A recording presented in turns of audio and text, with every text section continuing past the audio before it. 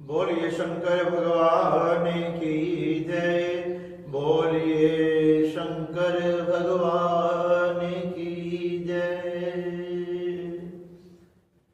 मैं विशाल शर्मा आपके सामने आप सबको श्रावण मास की हार्दिक शुभकामनाएं।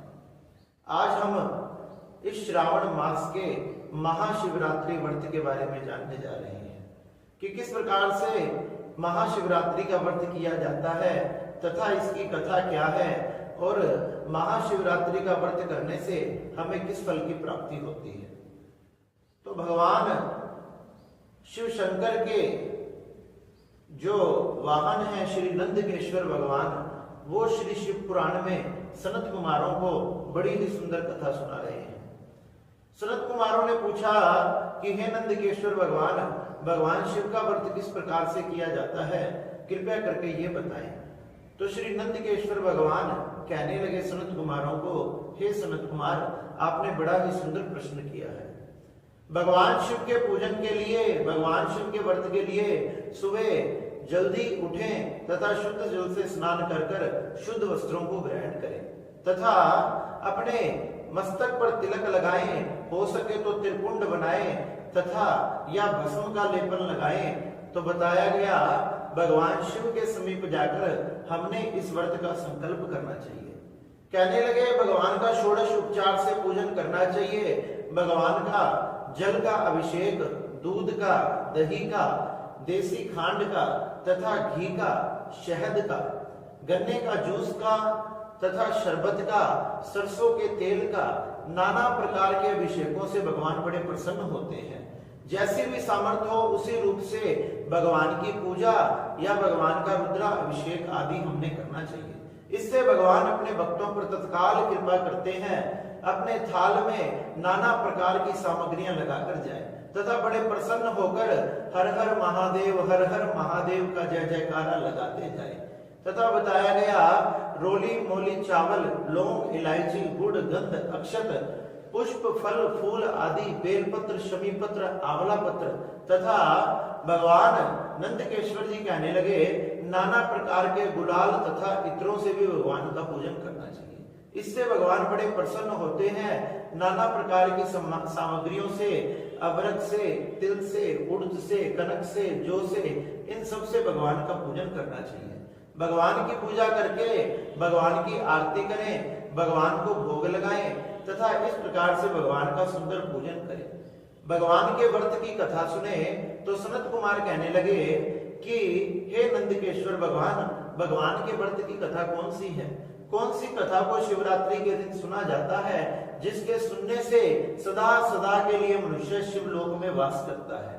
नंदकेश्वर भगवान कहने लगे शिवरात्रि में विशेष पूजा तो रात्रि की ही होती है।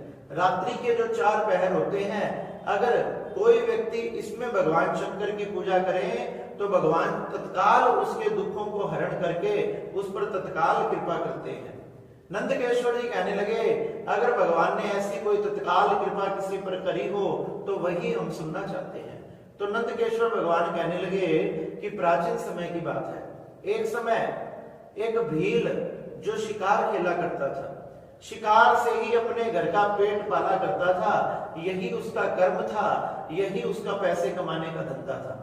तो कहने लगे उसका जो कुटुंब था वो बहुत बड़ा था, उसके परिवार में बहुत लोग थे, उसके माता पिता, उसकी पत्नियां, उसके बालक और भी सगे संबंधी जो उनके पास रहते हैं, सभी का ठेका उसी ने लिया था। वो कहने लगा कि मैं शिकार खेल कर आऊंगा, धन कमा कर आऊंगा, आप संतुष्ट होकर घर पे ही पान करना।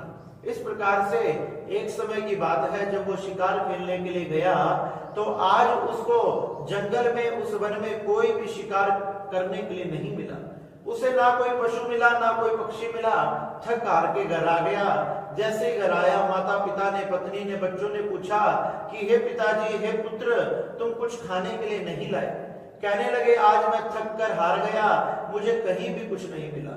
अरे धिक्कार है तेरे जैसे पुत्र को जिसके घर पर माता पिता भूखे बैठे हैं। धिक्कार है तुझे जिसके बच्चे तथा पत्नी भूख से तड़प रही है और तू कह रहा है मैं थक गया। जा, जल्दी दौड़कर जा और हमारे खाने की व्यवस्था कर। ऐसे दुत्कार कर घर से भेजा तो वो शिकारी भी आज फिर से वन में ढूंढने लगा। लेकिन चारों तरफ वन में आज उसे कोई नहीं मिल रहा। संयोग से वही महाशिवरात्रि का दिन था। महाशिवरात्रि के दिन वो सुबह से भूखा प्यासा शिकार की खोज में इधर उधर घूम रहा है, लेकिन उसे जब कहीं भी कुछ नहीं मिला तो उसने विचार किया कि उसकी आंखों के सामने एक सुंदर सरोवर था। उसने सोचा कि कोई ना कोई पशु या पक्षी इस सरोवर पर जल का पान करने जरूर आएगा, क्यों ना मैं इस सरोवर के पास रुक जाऊं। तो उसने सरोवर में से कुछ जल भर के सरोवर के सामने बेल पत्र का पेड़ था, उस पर जाकर बैठ गया। उसने ध्यान नहीं दिया, नीचे भगवान का शिवलिंग पिंड रूप में विराजमान था, जिस पर बेल पत्र के सूखे हुए पत्ते पड़े हुए थे। बेल पत्रों से ढका हुआ था, उसे दिखाई नहीं दिया और वो पेड़ के ऊपर बैठ गया। रात्रि का जैसे ही प्रथम पहर आया, उसने देखा कि कोई आ नहीं रहा। इतना उसके सोचने मात्र से सामने से एक हिरनी दौड़ती दौड़ती आई। जैसे ही वो हिरनी दौड़ती दौड़ती आई, उसने बड़ा खुश हुआ, प्रसन्न हुआ, मेरा शिकार आ गया, अब मेरा परिवार खुश हो जाएगा। उसने धनुष तथा बाण को उठाया। जैसे ही धनुष पर बाण को चढ़ाया तथा धनुष उठाते हुए उसका हाथ उस जल से लग गया, जिसके कारण उसमें से कुछ जल निकलकर भगवान भोलेनाथ पर गिर गया। जैसे ही धनुष और बाणों को उठाया, धनुष जाकर पेड़ की टहनियों से टकराया और टहनियों से कुछ बेल पत्र टूटकर भगवान पर गिर गए। जाने अनजाने में उस दुष्ट तथा पापी से भगवान के प्रथम पहर की पूजा हो गई और भोलेनाथ बड़े प्रसन्न हुए। उसने तीर को उठाया और जैसे ही मारने लगा, हिरनी को आवाज आई कि खटखटाहट की आवाज कहां से आ रही है। उसने जैसे ही वृक्ष के ऊपर देखा, वृक्ष के ऊपर एक व्याध, वो भील उसको मारने के लिए तैयार था। उसने कहा कि भैया तुम क्या कर रहे हो। उसने कहा कि मेरा पूरा परिवार भूखा है, आज तुम्हें मारकर लेकर जाऊंगा, वो संतुष्ट हो जाएगा। कहने लगी कि भैया मेरे बालक छोटे छोटे हैं और उन बालकों को मैं घर छोड़कर आई हूं, अगर तुम मुझे थोड़ा सा समय दे दो तो मैं उन बालकों को अपनी छोटी बहन को दे आऊंगी, उनको संभलवा कर मैं वापस आ जाऊंगी। शिकारी भी हंसने लगा, क्या शिकार भी खुद अपने आप आता है। जब ऐसी बातें करने लगा, हिरनी सोची ये तो बड़े ज्ञानवान की बात कर रहा है, तो उसने कहा कि भैया मैं सच में आऊंगी, सत्य पृथ्वी पर टिकी है, अगर सत्य नहीं होता तो आकाश नहीं टिक पाता, सत्य नहीं होता तो पृथ्वी नहीं टिक पाती, अगर सत्य नहीं होता समुद्र अपनी सीमाएं लांघ देता, ये दुनिया सत्य पर टिकी है, इसलिए मैं भी उस सत्य की शपथ लेती हूं, मैं जरूर आऊंगी। और तो और अगर मैं वापिस ना आऊं तो मुझे वो सब पाप लग जाए जो अपने पुरुष को छोड़कर पत्नी दूसरे पुरुषों को देखती है। जब शिकारी ने सोचा कि इतनी बड़ी बड़ी बातें कर रही है, वो मान गया, कहने लगा कि जल्दी जाओ लेकिन जल्दी आना याद रखना। ऐसा करके वो हिरनी चली गई। शिकारी इंतजार करता रहा। इतने में भगवान भोलेनाथ का दूसरा पहर आ गया। रात्रि का दूसरा पहर आया। इतने में ही वो जो हिरनी आई थी उसकी छोटी बहन उसको ढूंढते हुए आ गई। जैसे ही सरोवर से जल का पान करने लगी, देखने लगी मेरी बहन तो नहीं है। इतने में ही शिकारी ने धनुष और बाण को फिर उठाया। जैसे ही धनुष और बाण को उठाया, फिर से जल और बेलपत्र भगवान भोलेनाथ पर गिर गए और दूसरे पहर की पूजा पूरी हो गई।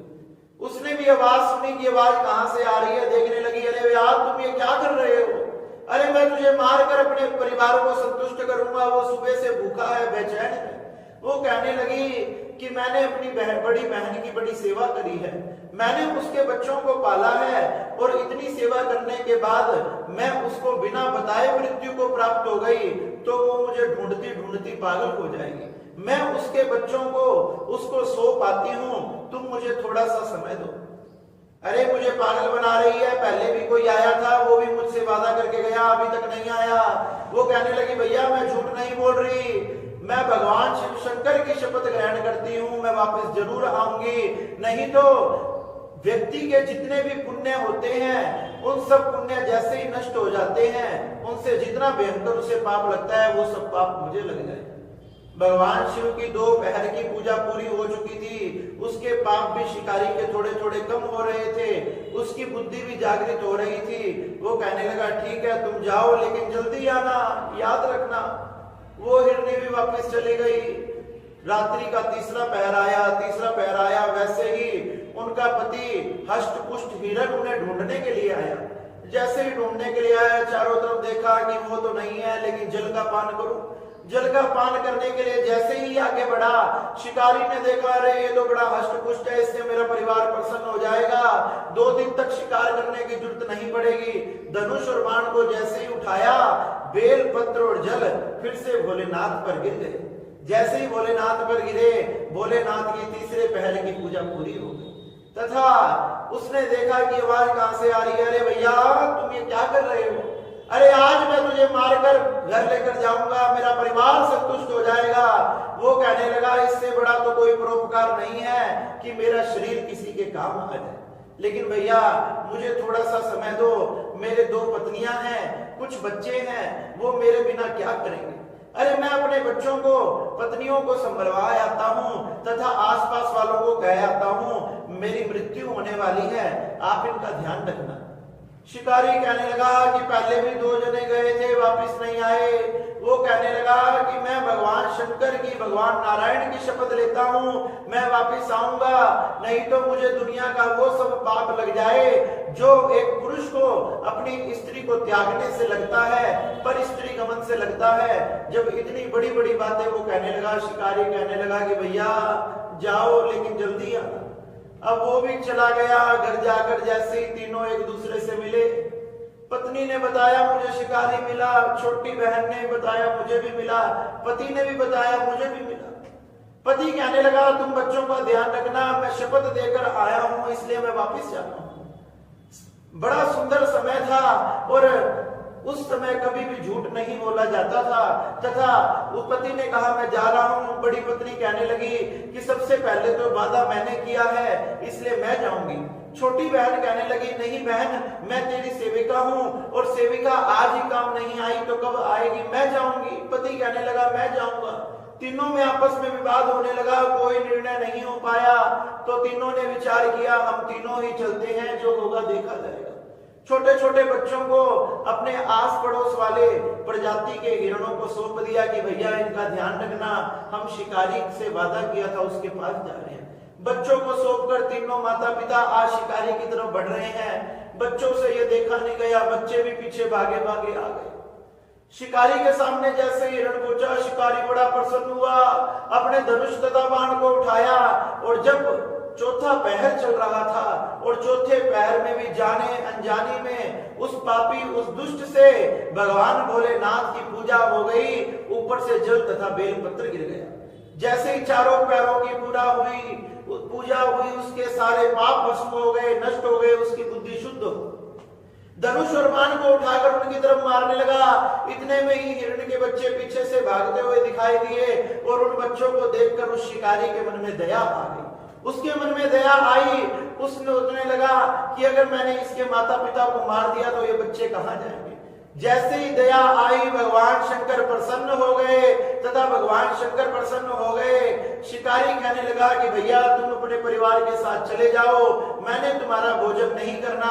अरे भोलेनाथ तो इसी बात का इंतजार कर रहे थे। इतने में ही वो बेल पत्र के नीचे जो शिवलिंग था, उस शिवलिंग में से भगवान शंकर प्रकट हो गए। बोले शंकर भगवान की जय। शंकर भगवान प्रकट हो गए। उस पेड़ पर से उस भील को उतारा, उस निषाद को उतारा तथा अपने हृदय से लगा लिया कि भैया तूने इतनी सुंदर बात की है।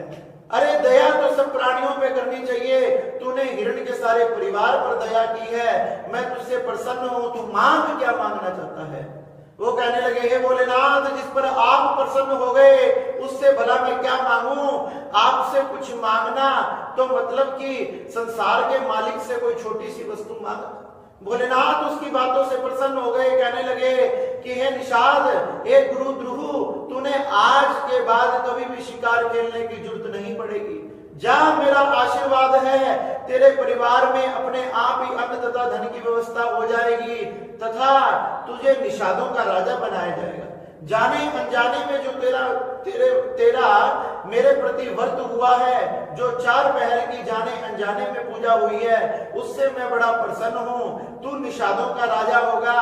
और भैया एक दिन भगवान नारायण जब श्री रामचंद्र जी का रूप लेकर आएंगे, जब आकर वो तुझे अपना मित्र बनाएंगे, और तू भी कहीं ना कहीं उनकी मदद करेगा, उनको नदी पार करवाएगा, तथा जब उनका छोटा भाई भरत आएगा तो तू ही भरत को श्री रामचंद्र जी से मिलवाएगा।